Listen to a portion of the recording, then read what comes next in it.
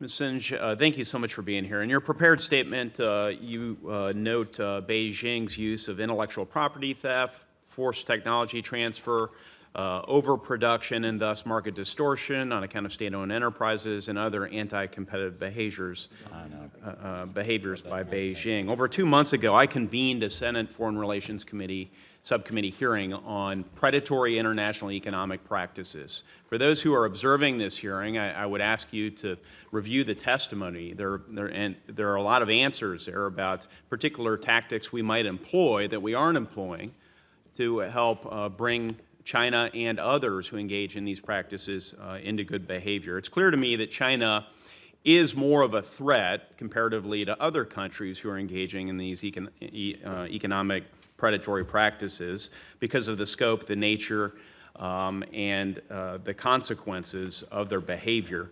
In your prepared remarks, you indicate you're building an international coalition along with other stakeholders within government to address this economic aggression by China.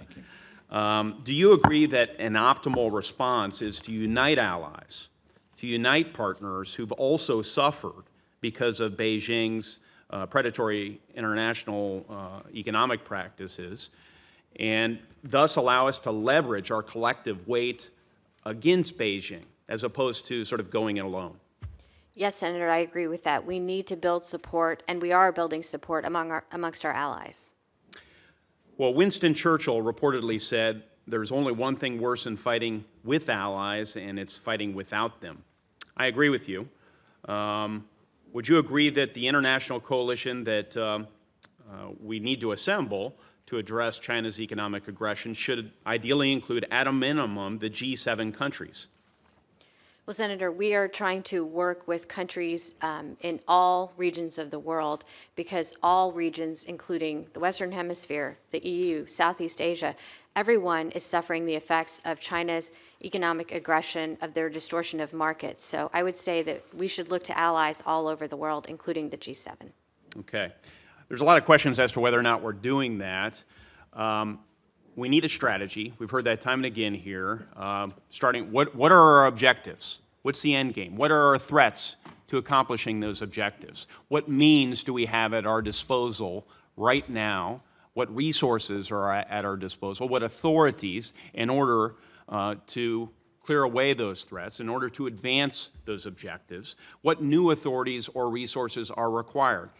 That is a strategy, very methodically put together. It's not clear to me that one exists. Now, do you believe that Congress should be a fully informed partner in developing and implementing our nation's response to China and others' predatory international economic practices?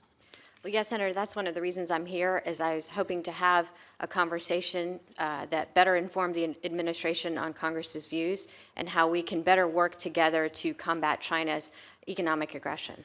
We said earlier that the USTR, Commerce, and others are sharing our policies with allies.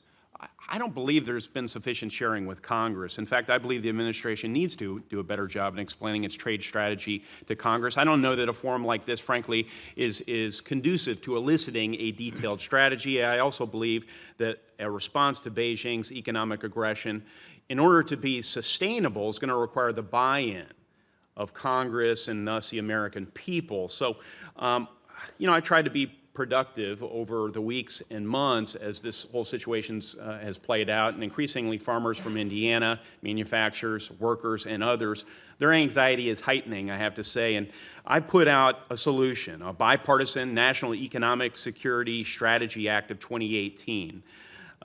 This has the support of Senators Merkley, Rubio, Coons. Senator Gardner is now on board. It would create a statutory requirement for the periodic production and submission to Congress of a national economic security strategy. Will you take a look at this if you haven't already? Yes, Senator. Your staff has shared it with me, and we will take a look at it. Okay. Well, we would welcome the opportunity to work with the administration on teasing this out. The last thing I'd like to very quickly turn to, Ms. Singh, and I do appreciate your presence here, is in the prepared testimony for the second panel that we're going to hear from momentarily, Mr. Bolton notes that Section 232 of the Trade Expansion Act of '62 provides the President of the United States with broad authority to restrict foreign imports for national security purposes. Mr. Bolton asserts that this authority has only been used twice, once to ban oil imports from Iran in 1979, and then a second time in 82 to ban oil imports from Libya. Ms. Singh, as Assistant Secretary of State for Economic and Business Affairs, is it accurate that the authority under this act to restrict foreign imports for national security purposes has previously been used against Iran and Libya? Is that right? Yes, I believe that's correct. Okay. And against which countries is the authority currently being used? Well, Senator, it's not being used against any particular country. It is being used in the case of domestic production. Section 232 indicates that we should give consideration to domestic production needed for projected national defense requirements and the capacity of domestic industries to meet such requirements. So 232 is being... I'm sorry to interject, but my time's, I'm about a minute over, so, and I want to respect the chairman's prerogative to get to the next panel. So I'll just say that we know it's been used for Ayatollah Khomeini's Iran, Muammar Gaddafi's Libya. There's a strong nexus between strong allies like Canada on one hand and this general threat that you point to with respect to its current usage. So from a foreign policy perspective, I see an important distinction between 1979 Iran and Canada today. Let me just go on record. I thank you for your appearance here today and your service.